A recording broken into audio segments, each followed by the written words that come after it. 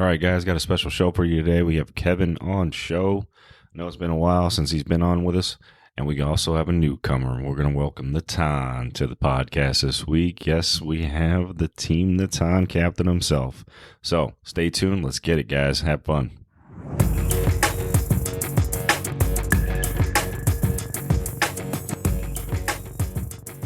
All right, everybody. Welcome back to another episode of the Vegas Guys Locker Room. I am here with the Asian sensation himself. Kevin is back on the show. Welcome back, buddy. Oh, yeah. Thank you.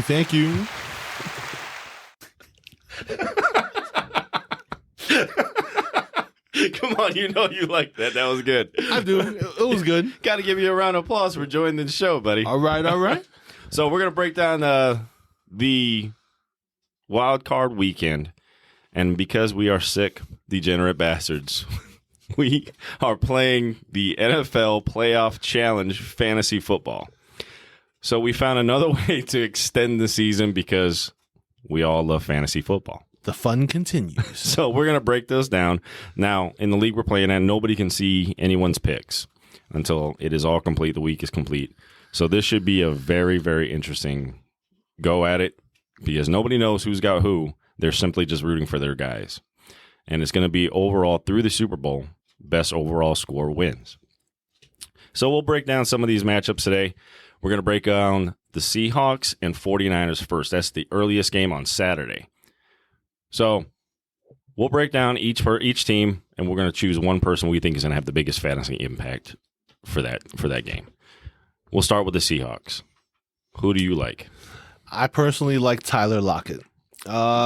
Judging by the games, what they've been doing to Metcalf, they're going to have to throwing the ball, even in the bad weather, the heavy rain and whatnot.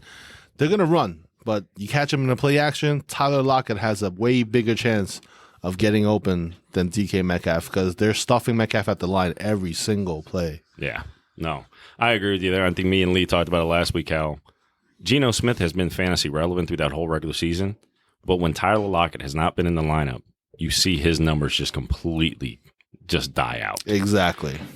My matchup, I think, is going to be a key player is going to be Kenneth Walker. I think with the weather, I think they're going to have to run the ball. I think they're going to try to keep San Francisco's offense off the field and try to wear down their defense. I think they're going to run like crazy with Kenneth Walker, and it's going to be up to that defense to stop him, but I think he can have a high impact on this game fantasy-wise. As long as he doesn't slip and tear something or something like that. That's the key right there. Mm-hmm. All right, next up, we'll talk about the Niners. Who do you like on the Niners side of this game? I got to take CMC. I drafted him. I traded him. He starts doing good, but he's on the Niners. He's a dual threat. Yeah. In that type of condition, play action, the way they're running the ball and everything, the weapons that they have, they can't cover everybody. No. Just 1-2 plays, a nice little reception in the backfield, and he could just go off for 20, 30 every time. I don't know. I like him the most. He should have a decent fantasy impact. Hey, Ray, who do you like in this game? The Double Birds? All right, that a boy. We got the Double Birds from Ray. That a boy, Steve. He likes the boobies. But yeah, CMC I think is a great pick. I really liked him. When we were talking about this, you chose you were going to talk about CMC. The other person I do like is George Kittle. Because ever since Purdy has taken over, he is, of course, like any rookie quarterback, he's going to eye that tight end spot. Mm-hmm. That is always your security blanket. He's smart enough to use it because Kittle is a hell of a tight end. Yeah, he is. I think once you get down in that red zone, CMC is not the big power back. Yes, you're going to have to run some trick plays with him, but that's just going to leave Kittle open over the middle because Correct. These linebackers are going to be so worried about having to step up and fill these gaps. Yep, and they have to cover Deebo Samuel too. I would not be shocked if George Kittle had multiple touchdowns in this game. I agree. All right, next matchup we're looking at Chargers and Jaguars. This one is one of those games where you're wondering what kind of performance you're going to get out of each team. We're going to start with the Chargers. Who do you like on the Chargers side of this ball? Nobody. If I had to pick, it's going to be Eckler. Mike Williams is out 2 to 3 weeks, I believe, with a fracture in his back. Who are they going to throw to? Keenan Allen's coming off an injury. He's not 100%. There's no way. They'll be forced to run the ball, and then they're going to go one-dimensional, and they'll be forced to throw further down the road. Eckler should have maybe 60, 70 yards rushing, 4 receptions type of deal, but I don't think he's going to get a touchdown. I kind of agree. The Mike Williams thing was interesting because there was no way, if I'm wrong, there was no way for the Chargers to improve their playoff positioning, correct? Correct. Why was Mike Williams in there so long? Like, I get if you want to play him the first half. Mm-hmm. I get it. You don't want them to get sluggish and rusty because, listen, a lot of those guys have been hurt. They haven't played the whole season. So if you wanted to get him in there, get him some game time reps, I get it. But to have him in there that long and him hurting himself, that was a big question to me. That's your playoffs right there.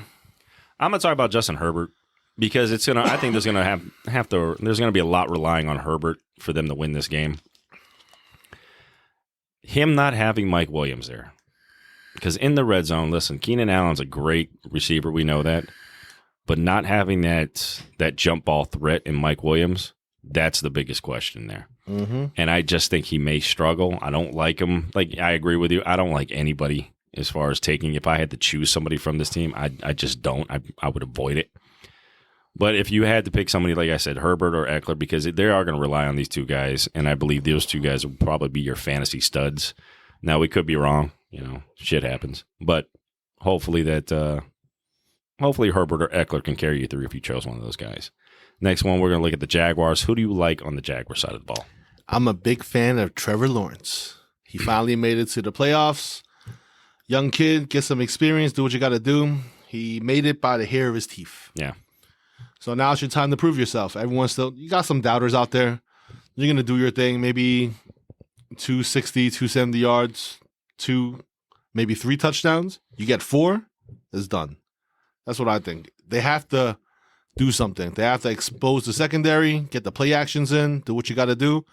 Should have a pretty good game from Trevor. I'd like to see him almost use his legs more because he's not that bad of an athletic quarterback. I mean, he can move. He can, but he chooses not to. He chooses not because to get the NFL stage, you have to stay in the pocket. Yeah, but yeah, I agree with you there. I think Lawrence should have a good game. I think another person that we're relying on that offense is Travis Etienne. Mm-hmm. The way to utilize him is a lot like how CMC is utilized. He is quick. He's a small, shifty player. He gets around. If he can find a gap, he's going to take it to the house. He's got speed. I really like Travis Etienne in this game. I think he's coming off one of the great weeks when they took him out of the game. He had a hell of a first half. Cost me a lot, but I like Travis Etienne in this game. Chargers defense has always been suspect. I'm not a big fan of them. I think they're capable of giving up the big play easily. So, yeah, I like Travis Etienne in this matchup. The next matchup we'll talk about is Dolphins and Bills. Dolphins, who do you got? I got Jalen Waddle, number 2 receiver. He could be the number 1 with Tyreek there. It is what it is. They're going to do a lot of short passes. I'm not sure if his career's done or not, but this is his 3rd concussion. Yeah, 3rd concussion. It is Skylar Thompson is playing under center tomorrow. They already confirmed that it's going to be Skylar Thompson. Yep, and they've been thrown underneath the whole time. Oh, yeah. So who knows? If they could start doing something, let them take some shots because this is your season right now. So it's time to take shots. The number 1 QB should be on Tyreek. That should leave Waddle with a little more flexibility, hopefully, but we'll see. Yeah, I think you're right there. They're going to have to throw the ball underneath. I think a great playmaker is Waddle. I really want to see what happens with Raheem Mostert in this one. It's been kind of weird, the balance between those 2 running backs, him and Jeff Wilson Jr. It's going to be interesting. I think the more explosive player is going to be Mostert. Hopefully they find creative ways to get him the ball in space because I think if they do that, I think you could have a huge name out of Mostert because they're going to need it. Playing against the Bills, they're going to need every point they can get their hand on because I think the Bills are ready to pounce. I think Josh Allen's waited all year for this. I think this should be interesting. Trick plays too. Watch. Yeah, I think you can see a lot of trick plays out of this team. Mm-hmm. All right, who do you like on the Bills side? I decided to go with Cook.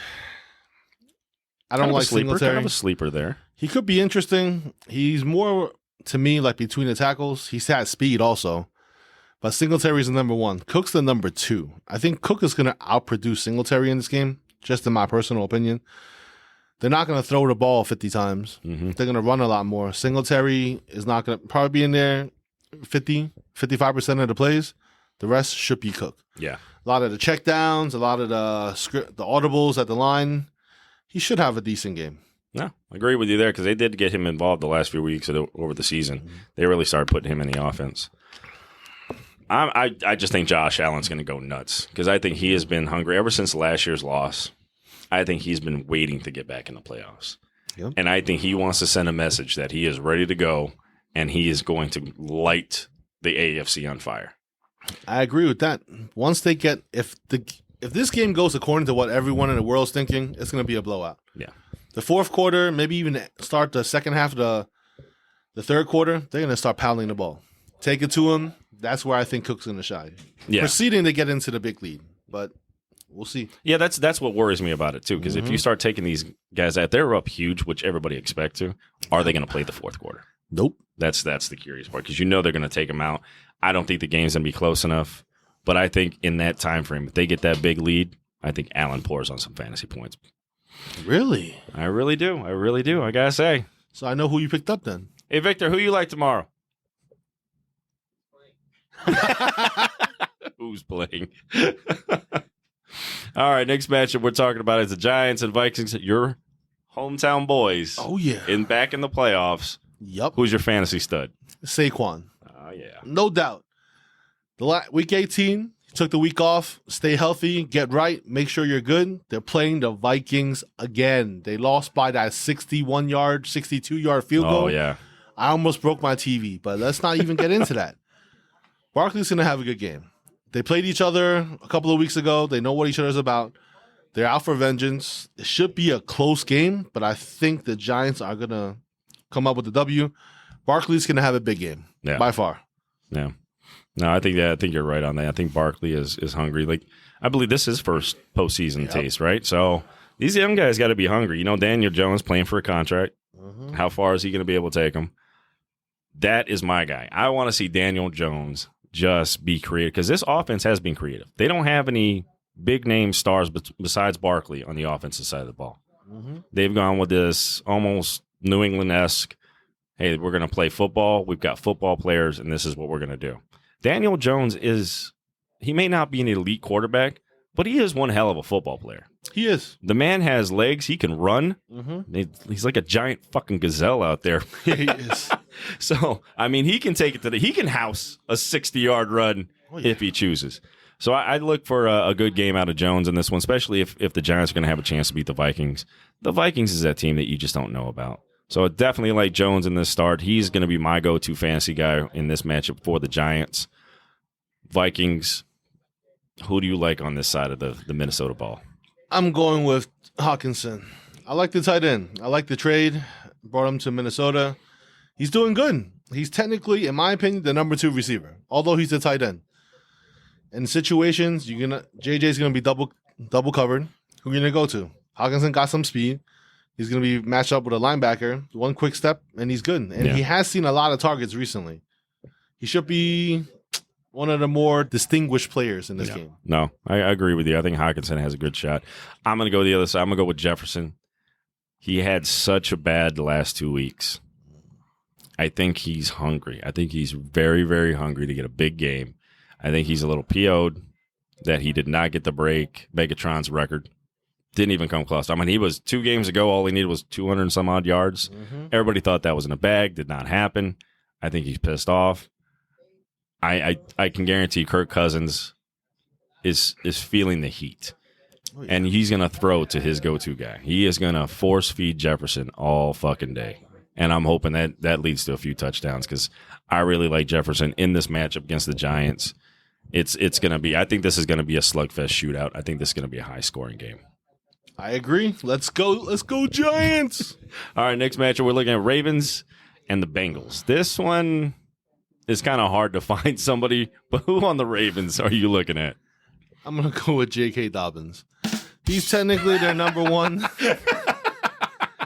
Hey, it was either Dobbins or Gus Edwards. Edwards is still number 2. He's giving him breaks, but this is like a timeshare, roughly 50-50. Dobbins, after his injuries, coming back, he's starting to look good, but he still cannot handle 3-down work. If they take him out, get 2 runs, 3 runs, take him back in and out, as long as they keep him fresh and the run game is successful, he should have an impact on this game. Yeah. I think the only person I would like in this one is at the tight end spot is Isaiah Likely.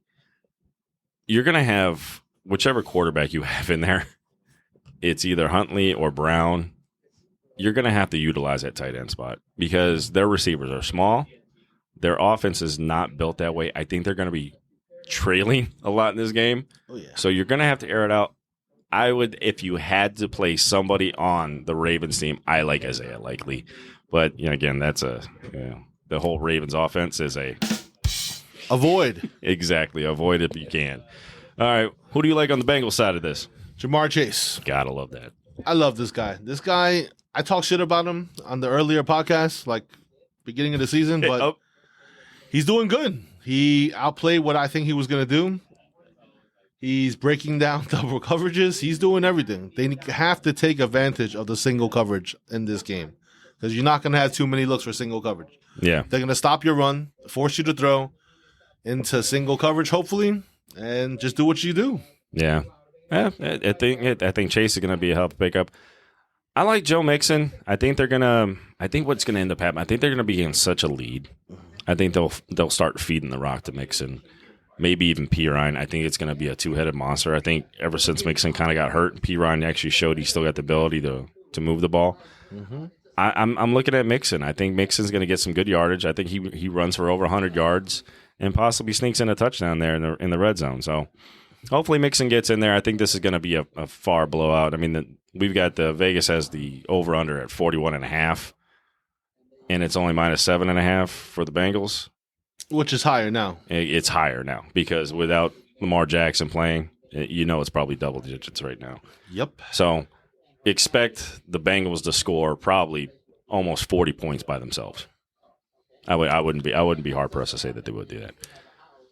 Final matchup of the week is going to come down. It's Dallas Cowboys and the Tampa Bay Buccaneers. Which one of the Cowgirls do you like? I mean, Cowboys. I like Zeke. I'm sorry. I'm still high on Zeke. He doesn't have the legs anymore, what he used to do. He can't do what he used to do, but now he gets breathers. He's still the goal line back. He'll get like maybe 60, 70 yards, hopefully a touchdown or two, depending on the game script.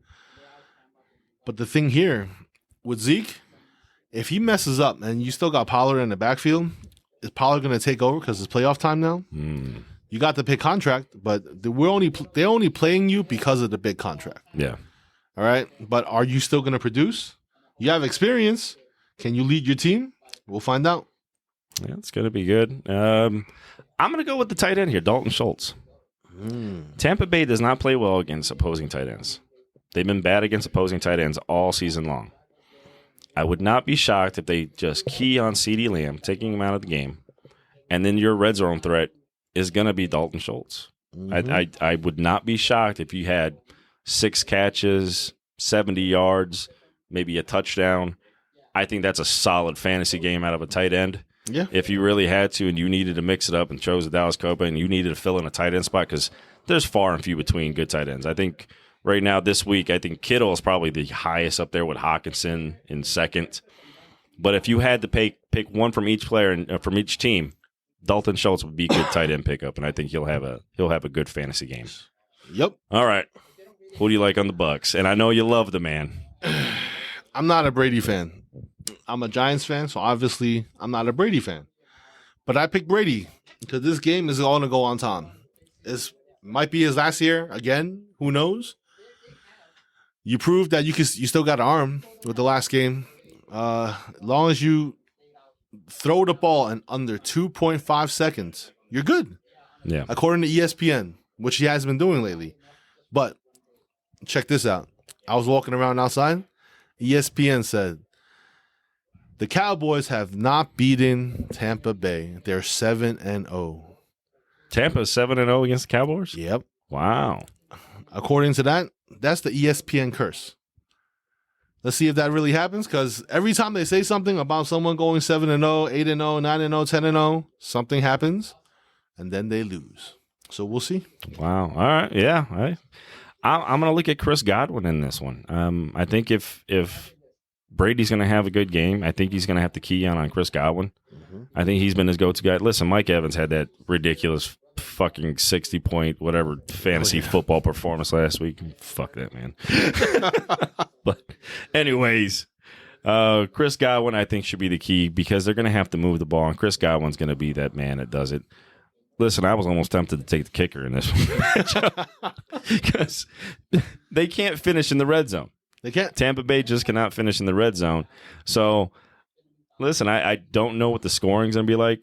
The over-under in this game is listed as 45.5. I'm sure it's moved since then. This was, these lines are from earlier in the week.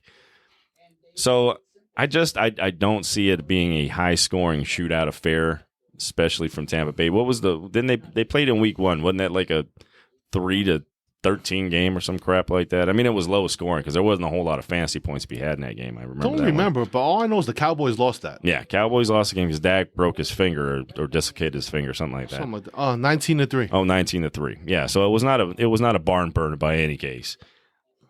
The Bucs offense has never looked on key except for week 17 where Mike Evans goes ballistic. He caught everything. He caught everything that was thrown to him and took it to the house.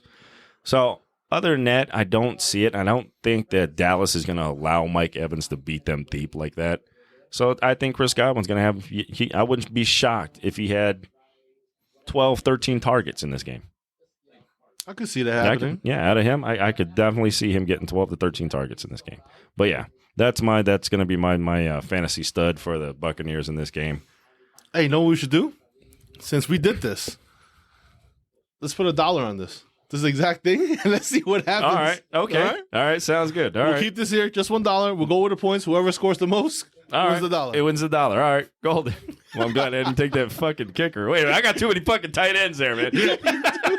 That's why I suggested it. So, anyways, guys, we'll be right back. Thanks for Asian for being here. Thanks for joining the show again, man. Always love having you on. Thank you for having me. Yep, and we'll be right back. We're going to sit down and talk about some of Nathan's picks and how his fantasy season went. All right, be right back, guys.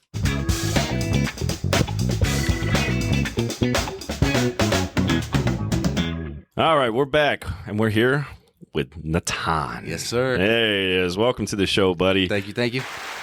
I like that. Got to give you a little applause. Yeah. Welcome to the show. First time on. So, talking fantasy football, our degenerate asses have now found a new way to play in the playoffs. Oh, yeah. You're in this, right? Oh, you know I'm Okay, all right. So, how do you think your fantasy season went? Even though you finished last. Terrible. Is it a question? What do you think your biggest mistake was of the year? Well, let's see here. Getting rid of my first round pick and my second round pick in the first week or second week probably didn't help. Yeah. Just a bad move. It was a bad move. It's all right. Hey, you never know. If that could have worked out, then you'd been looking like a genius. Yeah. You'd have been Bill Belichick over here. Definitely not that. Yeah. But anyways, so we wanted to get your take because you are a betting man, and you are the betting man. You are the big white whale, my friend. White fish. You are the big white fish. Thanks, Lee. Thanks for the nickname, buddy. I want you to pick 3 lock picks for this weekend's wild card weekend. Okay. Let's see here. I'm going to go with the dog and the Dolphins. Oh, the Dolphins with it. What's right now? It's minus. They're getting plus. Are we talking about for just a win? No, with the points. With the points. All right, I'm going to take Dolphins plus 13. All right, taking the Dolphins plus the 13. Giants. Ooh, Giants getting the points as well. And the Niners. And the Niners minus the 10. Yep. All right, guys. So you guys have heard it here. That is Nathan's locks for the Super Wild Card Weekend. Now take those 3, flip them around, and you got yourself a guaranteed a sure 3 win. Yep. I was just going to say that. You beat me to it. Perfect. You got a sure 3-teamer heading into this weekend. Yep. Guaranteed money. So who do you like to win the Super Bowl? Chiefs. You liking the Chiefs? Why the Chiefs? Is it with the heart or is it with the head? No, listen, I don't know where this is going. going. He said head. You got a little excited over here. Yeah, you got to pay attention to what you say. I just think they're the better team this year. All right, yeah, fair enough. I mean, I was wondering, didn't know who is your NFL team anyway? Because I know you're an Iowa boy, so that's why I figured they're the team in the Midwest. Yep. No, all right. So the man is taking the Chiefs to win it all. You picked your playoff bracket. I think that's who you had win the Super Bowl, right? Mm-hmm. So, all right, guys. So you headed first. Chiefs to win the Super Bowl. Yes, sir. So you can pretty much take anybody else to win the Super Bowl and get some odds. If you just ask me who's going to win for that week and you go the other way, you're going to make money. You're going to make some money. Guaranteed money. If he really, really likes a favorite, go with the dog in that game with the money line, and you got yourself a nice little money line victory. Not lying. Definitely not lying. But So you're definitely going to do fantasy football next year, correct? For sure. All right. We got to get you on the podcast more, Okay. get you more insight in this because I know, listen, everybody loved your transactions over the year. Oh my God. A lot of kickers. Love the kickers. Love the kickers. My favorite move of yours was we picked up a guy, even though you're already eliminated from the playoffs. Yeah. I was like, oh, I have no chance. That's right. Let me just add some more money to the pot. But your team tore it up the last 2 weeks of the Yeah. season, man. You know, it's like you were on fire. When I didn't need him. But the good thing is, you did not finish last. There You go. finished last in the standings for the regular season, but you did not win the Shit Bowl award. So 7th, right? I believe you got 7th in that. And I believe you took 7th. And Lee, of course, is King fucking Dookie. He got himself the Shit Bowl award. So he just wanted to win something apparently. So he just was like, I'm gonna fuck it. I'm gonna win at least the Shit Bowl award. He's So- happy with that. Yeah. But no, all right. So we're definitely going to get you into the playoff fantasy mix. We're going to have you on the show more. We'll probably do another episode next week. Okay. Break this down. Listen, guys, we'll probably be with our playoff fantasy league, our personal one. Me and Lee will have our separate show with the fantasy football with Jesse and Lee. We'll break that down next week. It will not be on the Vegas Guys locker room. I'll link that in the bio so that way you guys have access to all that and be able to listen and follow along as we go on our fantasy football playoff challenge. I'd like to thank Nate for joining the show. Thanks for coming on, buddy. Really problem. appreciate it. Oh, yeah. All right, guys. We'll be right back, guys. Thank you. That was fun. Boy, I'm a little nervous. All right, guys. Once again, I'd like to thank Nathan and Kevin for joining the show today. Really appreciate the support, guys, and the help doing this broadcast. Had a lot of fun. Really enjoyed it. Listen, going forward, we do have breakoffs of shows. Vegas Guys Locker Room is going to be our main hub. The links to our other shows will be in the bio. I'll make sure everybody's notified that. Please subscribe to all the channels, and that way when the new shows come out for the other subscribe channels, it will notify you. That way everybody can enjoy the content. Like I said, the main hub show we're going to have is going to be the Vegas Guys Locker Room. That is where everybody will come in, conversate about fantasy sports in general, and it's going to be a good time. But I wanted to be more specific so that way we didn't have random shows just kind of following in. So our personal fantasy sports leagues will, of course, be fantasy football with Jesse and Lee, and then we have the station's fantasy hockey show with myself and my father doing that broadcast.